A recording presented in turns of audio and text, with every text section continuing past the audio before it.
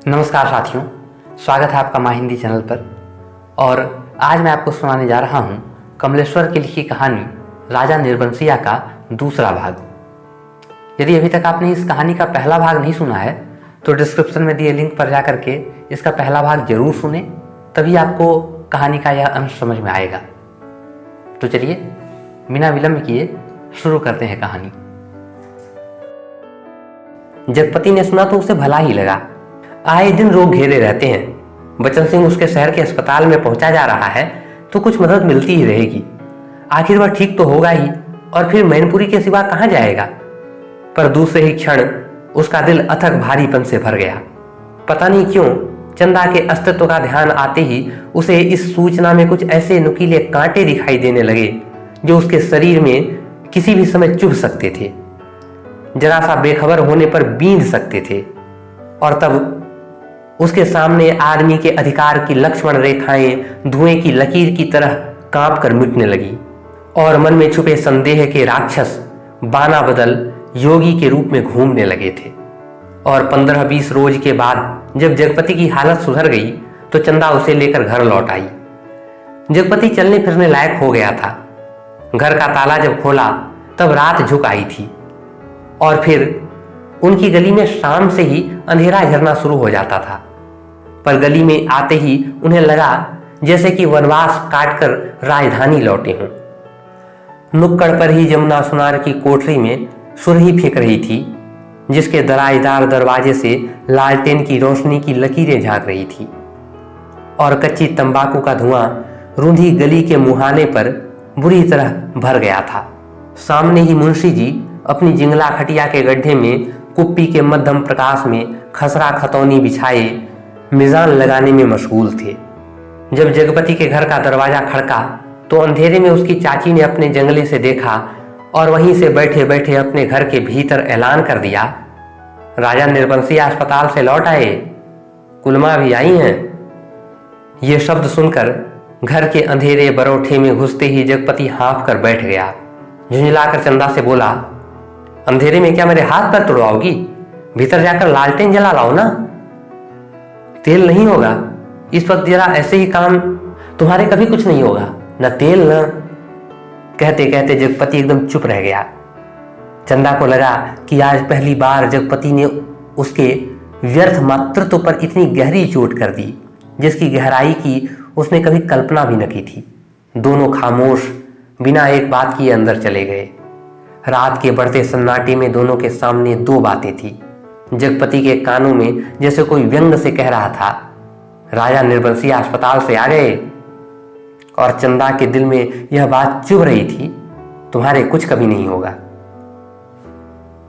और सिसकती सिसकती चंदा न जाने कब सो गई, पर जगपति की आंखों में नींद न आई। खाट पर पड़े पड़े उसके चारों ओर एक मोहक भयावना सा जाल फैल गया। लेटे लेटे उसे लगा जैसे उसका स्वयं का आकार बहुत क्षीण होता होता बिंदु सा रह गया, पर बिंदु के हाथ थे, पैर थे, दिल की धड़कन थी। कोठरी का घुटा घुटा सा अंधियारा, मटमैली दीवारें और गहन गुफाओं सी अलमारियां, जिनमें से बार बार झांक कर देखता था और वह सिहर उठता था। फिर जैसे सब कुछ तब्दील हो गया हो। उसे लगा कि उसका आकार बढ़ता जा रहा है, बढ़ता जा रहा है। वह मनुष्य हुआ, लंबा तगड़ा तंदुरुस्त पुरुष हुआ। उसकी शिराओं में कुछ फूट पड़ने के लिए व्याकुलता से खौल उठा। उसके हाथ सिर के अनुपात में बहुत बड़े, डरावने और भयानक हो गए। उसके लंबे लंबे नाखून निकल आए। वह राक्षस हुआ, दैत्य हुआ, आदिम, बर्बर।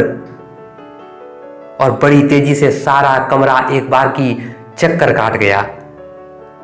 फिर सब धीरे धीरे स्थिर होने लगा और उसकी सांसें ठीक होती जान पड़ी। फिर जैसे कुछ कोशिश करने पर घिघी बन जाने के बाद उसकी आवाज फूटी, चंदा।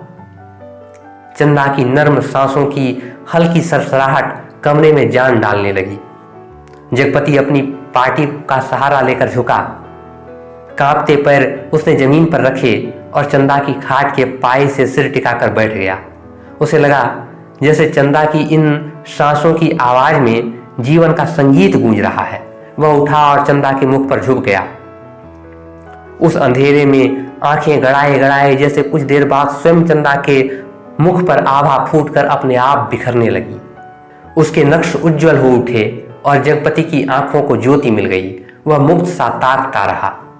चंदा के बिखरे बाल, जिनमें हाल के जन्मे बच्चे के गहुआरे बालों सी महक, दूध की कचाईंद, शरीर के रस की सी मिठास और स्नेह सी चिकनाहट, और वह माथा जिस पर बालों के पास तमाम छोटे छोटे नर्म नर्म नर्म से रोए रेशम से, और उस पर कभी लगाई गई सिंदूर की बिंदी का हल्का मिटा हुआ सा आभास, नन्हे नन्हे निर्द्वंद सोए हुए पलक और उनकी मासूम सी कांटों की तरह बरौनियां, और सांस में घुलकर आती हुई आत्मा की निष्कपट आवाज की लय, फूल की पंखुड़ियों से पतले पतले होंठ, उन पर पड़ी अछूती रेखाएं जिनमें सिर्फ दूध की महक।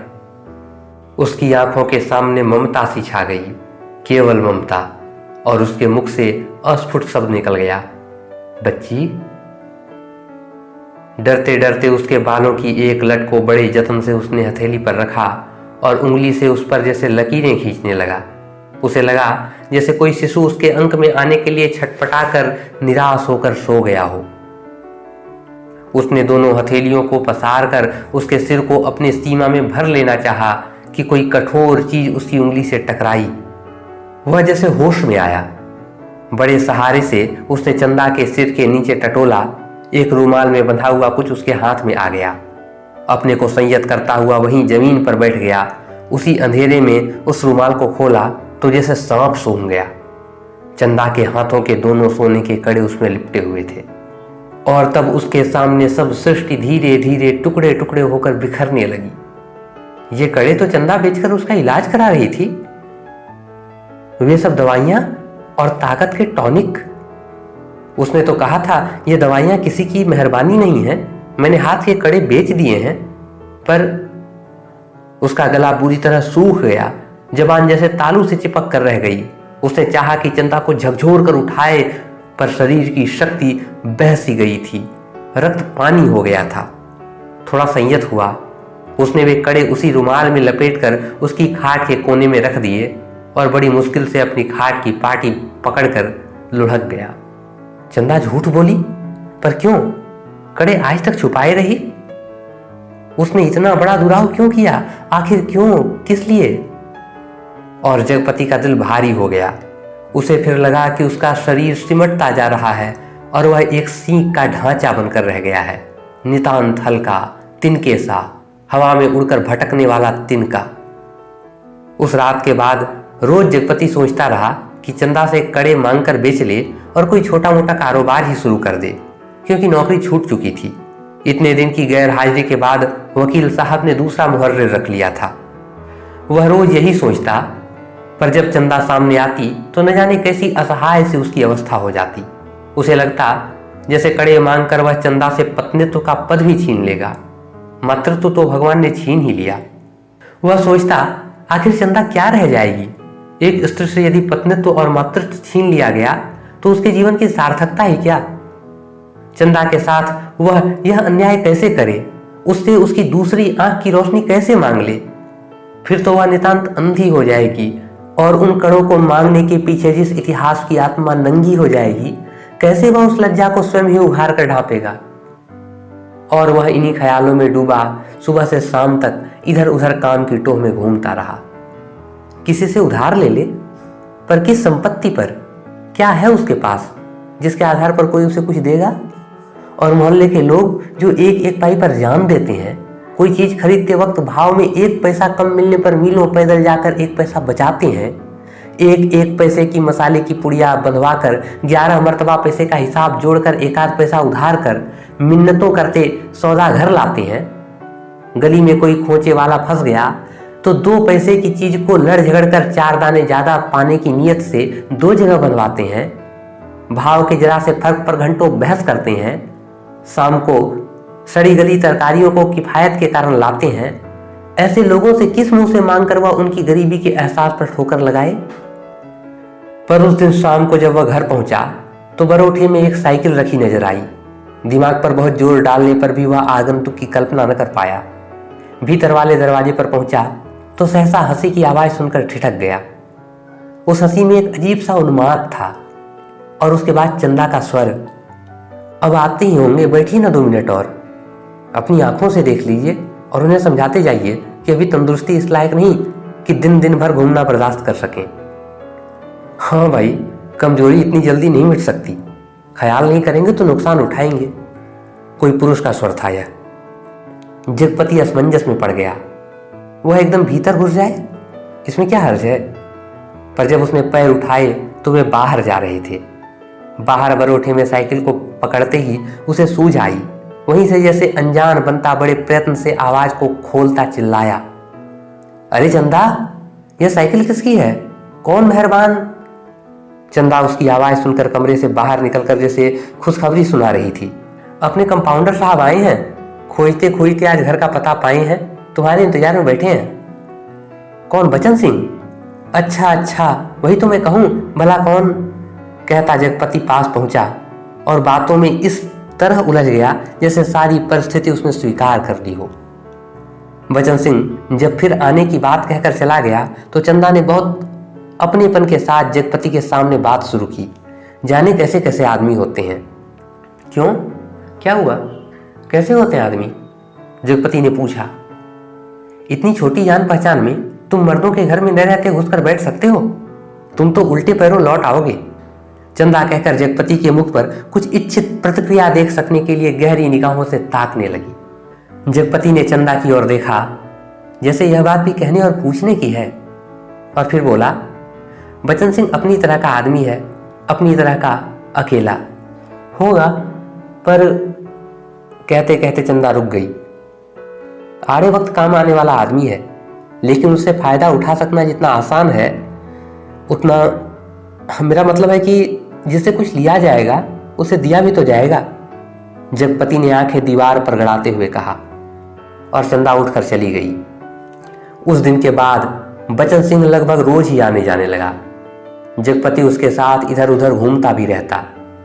बचन सिंह के साथ जब वह रहता, अजीब सी घुटन उसके दिल को बांध लेती और तभी जीवन की तमाम विषमताएं भी उसकी निगाहों के सामने उभरने लगती। आखिर वह स्वयं एक आदमी है, बेकार। यह माना कि उसके सामने पेट पालने की कोई इतनी विकराल समस्या नहीं, वह भूखों नहीं मर रहा है, जाड़े से कांप नहीं रहा है, पर उसके 2 हाथ पैर हैं, शरीर का पिंजरा है जो कुछ मांगता है, कुछ। और वह सोचता, यह कुछ क्या है? सुख? शायद हाँ, शायद नहीं। वह तो दुख में भी जी सकने का आदी है, अभाव में जीवित रह सकने वाला आश्चर्यजनक कीड़ा है। तो फिर वासना? शायद हाँ, शायद नहीं। चंदा का शरीर लेकर उसने उस क्षणिकता को भी देखा है। तो फिर धन? शायद हाँ, शायद नहीं। उसने धन के लिए अपने को खपाया है, पर वह भी तो उस अदृश्य प्यास को बुझा नहीं पाया। तो फिर क्या? वह क्या है जो उसकी आत्मा में नासूर सा रिश्ता रहता है, अपना उपचार मांगता है? शायद काम। हाँ, यही, बिल्कुल यही, जो उसके जीवन की घड़ियों को निपट सूना कर छोड़े, जिसमें वह अपनी शक्ति लगा सके, अपना मन डुबो सके, अपने को सार्थक अनुभव कर सके। चाहे उसमें सुख हो या दुख, आरक्षा हो या सुरक्षा, शोषण हो या पोषण, उसे सिर्फ काम चाहिए, करने के लिए कुछ भी चाहिए। यही तो उसकी प्रकृत आवश्यकता है, पहली और आखिरी मांग है, क्योंकि वह उस घर में नहीं पैदा हुआ जहां सिर्फ जबान हिलाकर शासन करने वाले लोग होते हैं। वह उस घर में भी नहीं पैदा हुआ जहां सिर्फ मांग कर जीने वाले होते हैं। वह उस घर में है जो सिर्फ काम करना जानता है, काम ही जिसकी आशा है, सिर्फ वह काम चाहता है, काम। और एक दिन उसकी काम धाम की समस्या भी हल हो गई। तालाब वाले ऊंचे मकान के दक्षिण ओर जगपति की लकड़ी की टाल खुल गई, बोर्ड तक टंग गया। टाल की जमीन पर लक्ष्मी पूजन भी हो गया और हवन भी हुआ। लकड़ी की कोई कमी नहीं थी। गांव से आने वाली गाड़ियों को इस कारोबार में पैरे हुए आदमियों की मदद से मोल तोल करवा के वहां गिरा दिया गया। गांठें एक और रखी गईं, चैलों का चट्टा करीने से लगा दिया गया और गुद्दे चीरने के लिए डाल दिए गए। 2-3 गाड़ियों का सौदा करके टाल चालू कर दी गई। भविष्य में स्वयं पेड़ खरीद कर काटने का तय किया गया। बड़ी बड़ी स्कीमें बनी कि किस तरह जलाने की लकड़ी से बढ़ते बढ़ते एक दिन इमारती लकड़ी की कोठी बनेगी, चीरने की नई मशीनें लगेंगी, कारोबार बढ़ जाने पर बचन सिंह भी नौकरी छोड़कर उसी में लग जाएगा। और उसने महसूस किया कि वह काम में लग गया है। अब 24 घंटे उसके सामने काम है, उसके समय का उपयोग है। दिन भर में वह कुछ घंटे के लिए किसी का मित्र हो सकता है, कुछ देर के लिए किसी का पति हो सकता है, पर बाकी समय, दिन और रात के बाकी घंटे, उन घंटों के अभाव को सिर्फ उसका अपना काम ही भर सकता है। और अब वह कामदार था। वह कामदार तो था, लेकिन जब टाल की उस ऊंची जमीन पर पड़े छप्पर के नीचे तख्त पर वह गल्ला रखकर बैठता, सामने लगे लकड़ियों के ढेर, कटे हुए पेड़ के तने, जड़ों को लुढ़कते हुए देखता, तो एक निरीहता बरबस उसके दिल को बांधने लगती। उसे लगता एक व्यर्थ पिशाच का शरीर टुकड़े टुकड़े करके उसके सामने डाल दिया गया है। फिर इन पर कुल्हाड़ियां चलेंगी और इनके रेशे रेशे अलग हो जाएंगे, और तब इनकी ठठरियों को सुखाकर किसी पैसे वाले के हाथ तौल कर बेच दिया जाएगा। और तब उसकी निगाहें सामने खड़े ताड़ पर अटक जाती, जिसके बड़े बड़े पत्तों पर सुर्ख गर्दन वाले गिद्ध पर फड़फड़ाकर देर तक खामोश बैठे रहते। ताड़ का काला गडरेदार तना और उसके सामने ठहरी हुई वायु में निस्सहाय कांपती भारहीन नीम की पत्तियां चकराती झड़ती रहती। धूल भरी धरती पर लकड़ी की गाड़ियों के पहियों की पड़ी हुई लीक धुंधली सी चमक उठती, और बगल वाले मूंगफली के पेंच की एक रस खरखराती आवाज कानों में भरने लगती। बगल वाली कच्ची पगडंडी से कोई गुजरकर टीले के ढालान से तालाब की नीचाई में उतर जाता, जिसके गंदले पानी में कूड़ा तैरता रहता और सूअर कीचड़ में मुंह डालकर उस कूड़े को रौंदते रहते। दोपहर सिमटती और शाम की धुंध छाने लगती, तो वह लालटेन जलाकर छप्पर के खंभे की कील में टांग देता, और उसके थोड़ी देर बाद अस्पताल वाली सड़क से बचन सिंह एक काले धब्बे की तरह आता दिखाई पड़ता। गहरे पड़ते अंधेरे में उसका आकार धीरे धीरे बढ़ता जाता, और जगपति के सामने वह आकर खड़ा होता तो वह उसे बहुत विशाल सा लगने लगता, जिसके सामने उसे अपना अस्तित्व डूबता हुआ महसूस होता। एक आध बिक्री की बातें होती, और तब दोनों घर की ओर चल देते। घर पहुंचकर बचन सिंह कुछ देर जरूर रुकता, बैठता, इधर उधर की बातें करता।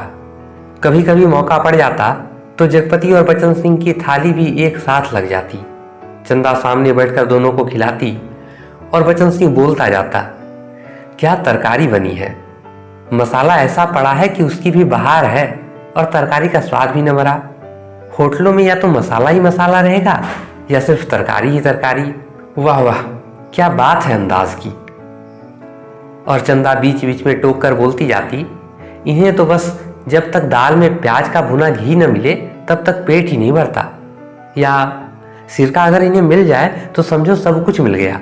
पहले मुझे सिरका न जाने कैसा लगता था, पर अब ऐसा जबान पर चढ़ गया है कि, या इन्हें कागज से पतली रोटी पसंद ही नहीं आती। अब मुझसे कोई पतली रोटी बनाने को कहे तो बनती ही नहीं, आदत पड़ गई है और फिर मन ही नहीं करता। पर चंदा की आंखें बचन सिंह की थाली पर ही जमी रहती। रोटी निपटी और रोटी परोस दी।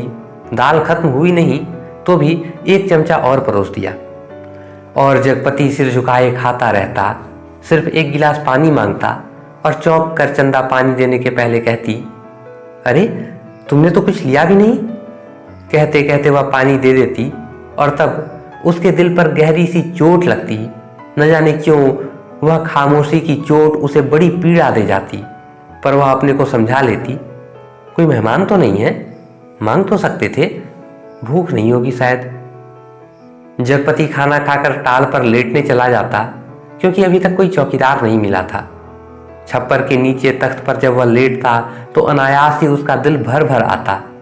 पता नहीं कौन कौन से दर्द एक दूसरे से मिलकर तरह तरह की टीस, चटखन और ऐंठन पैदा करने लगते। कोई एक रग दुखती तो सहलाता भी, पर जब सभी नसें चटकती हों तो कहां कहां राहत का अकेला हाथ सहलाए। लेटे लेटे उसकी निगाह ताड़ के उस और बने पुख्ता कब्र पर जम जाती, जिसके सिराहने कटीला बबूल का पेड़ एकाकी सुन्न सा खड़ा रहता। जिस कब्र पर एक पर्दानशीन औरत बड़े लिहाज से आकर सवेरे सवेरे बेला और चमेली के फूल चढ़ा जाती, घूम घूम कर उसके फेरे लेती और माथा टेक कर कुछ कदम उदास उदास सी चलकर एकदम तेजी से मुड़कर बिसातियों के मोहल्ले में खो जाती। शाम होते फिर आती, एक दिया बारती और अगर की बत्तियां जलाती, फिर मुड़ते हुए ओढ़नी का पल्ला कंधों पर डालती तो दिए की लौ कांपती, कभी कांप कर बुझ जाती, पर उसके कदम बढ़ चुके होते, पहले धीमे, थके, उदास से, फिर तेज, सधे, सामान्य से, और वह फिर उसी मोहल्ले में खो जाती। और तब रात की तन्हाइयों में बबूल के कांटों के बीच उस साए साए करते ऊंचे नीचे मैदान में जैसे उस कब्र में कोई रूह निकलकर निपट अकेली भटकती रहती। तभी ताड़ पर बैठे सुर्ख गर्दन वाले गिद्ध मनहूस सी आवाज में किलबिला उठते और ताड़ के पत्ते भयानकता से खड़बड़ा उठते। जगपति का बदन कांप जाता और वह भटकती रूह जिंदा रह सकने के लिए जैसे कब्र की ईंटों में बबूल के साये तले दुबक जाती। जगपति अपनी टांगों को पेट में भींचकर कंबल से मुंह छुपा औंधा लेट जाता। तड़के ही ठेले पर लगे लकड़हारे लकड़ी चीरने आ जाते, तब जगपति कंबल लपेट घर की ओर चला जाता। आशा है कि यह कहानी आपको जरूर पसंद आ रही होगी। तो इस कहानी का तीसरा और अंतिम भाग सुनने के लिए तथा हिंदी साहित्य से जुड़े ऐसे ही वीडियोस के लिए जुड़े रहिए माँ हिंदी चैनल के साथ और पहुंचाते रहिए अपनी प्रतिक्रियाएं कमेंट बॉक्स के माध्यम से। अपना कीमती समय देने के लिए आपका बहुत बहुत धन्यवाद।